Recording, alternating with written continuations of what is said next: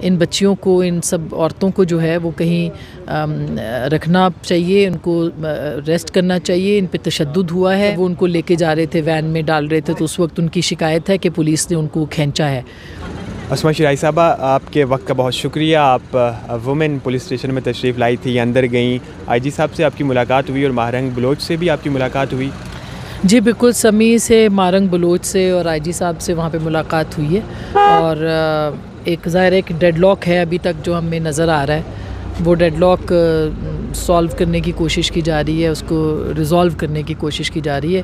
تو ظاہر ہے کہ پروٹیسٹرز جو ہیں ان کا یہ ہے کہ وہ پریس کلب کے باہر احتجاج کرنا چاہتے ہیں، وہاں بیٹھنا چاہتے ہیں، دھرنا وہاں پہ دینا چاہتے ہیں.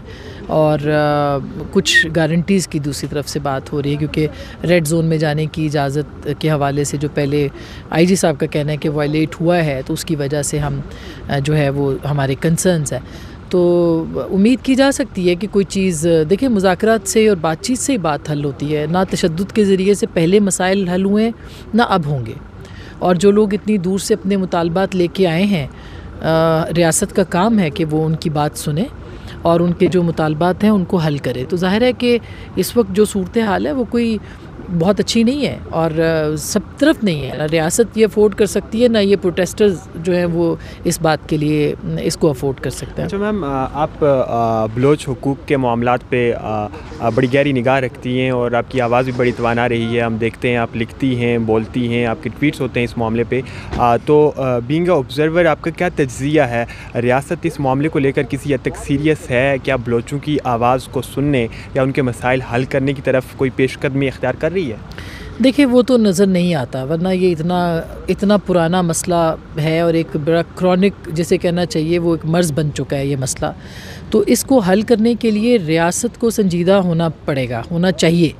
یہ ان شہریوں کا حق ہے اور ان شہریوں کے حقوق کو ریاست ماں کے طور پر اگر جانے اور اس کا خیال رکھے تو ظاہر ہے کہ ان کو یہ مسائل حل کرنے چاہیے، ریاست کو کرنے چاہیے. کسی سپریم کورٹ ہو، عدالتیں ہوں، سیاسی جماعتیں ہوں، یہ ان سے زیادہ بالاتر لوگوں کی بات ہے. تو میرا خیال ہے کہ اب پہلے نہیں تو کیا یہ کبھی بھی نہیں ہوں گے؟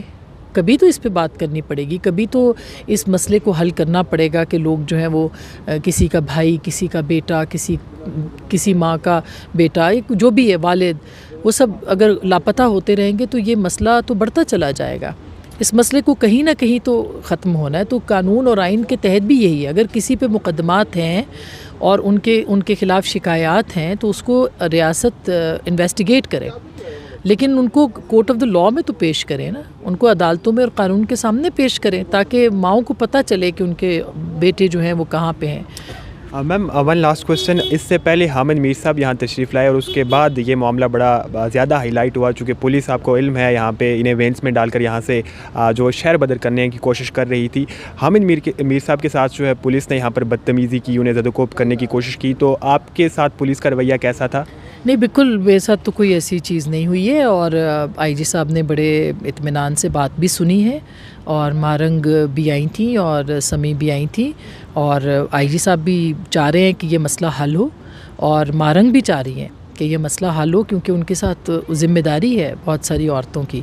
تو بالکل ایسی کوئی چیز نہیں ہوئی ہے اور اطمینان سے بات سنی بھی ہے اور بات کی بھی جا رہی ہے، ایسا نہیں ہے کہ نہیں کی جا رہی.